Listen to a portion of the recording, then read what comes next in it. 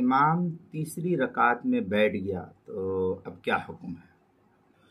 اس سلسلے میں تفصیل فقہا نے نقل کیا ہے کہ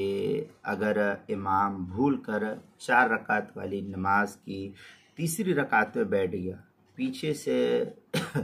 کسی مقتدی نے لقمہ دیا یا یہ کہ خود ہی امام کو یاد آ گیا ہو کہ میری تیسری رکعت ہے، تو امام کو کھڑے ہوتے وقت تکبیر یعنی اللہ اکبر کہتے ہوئے کھڑا ہونا چاہیے۔ چنانچہ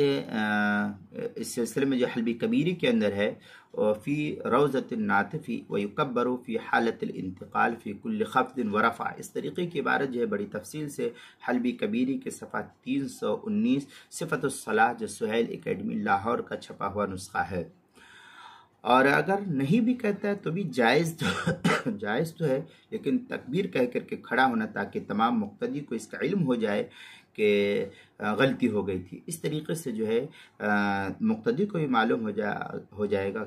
چونکہ آخر میں تو سجدہ سہو پھر بھی کرنا ہے، تو اس میں کوئی حرج کی بات نہیں ہے، اور آخر میں سجدہ سہو کرنا بھی امام کے ذمہ لازم اور ضروری ہوگا۔ چنانچہ اس سلسلے میں جو ہے کیا نام ہے حلبی کبیری کے اندر ہے، وَلَوْ قَامَ فِي الصَّلَاةِ الرُّبَاعِيَّةِ إِلَى الرَّكْعَةِ الْخَامِسَةِ أَوْ قَعَدَ بَعْدَ رَفَعَ رَأْسَهُ مِنَ السُّجُودِ فِي الرَّكْعَةِ الثَّالِثَةِ أو قام إلى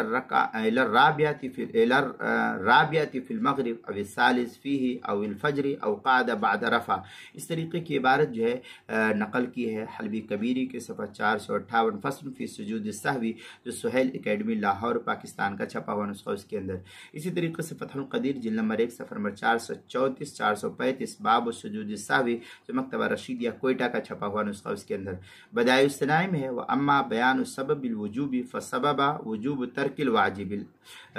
اصلی فی الصلاۃ فإن کان من الافعال، اس طریقے کی عبارت بدائع الصناعی جلد نمبر 1 صفحہ نمبر 164 فصل وَأَمَّا بَيَانُ سبب الوجوب جو HM سعید کراچی کا چھپا ہوا نسخہ اس کے اندر۔ اسی طریقے سے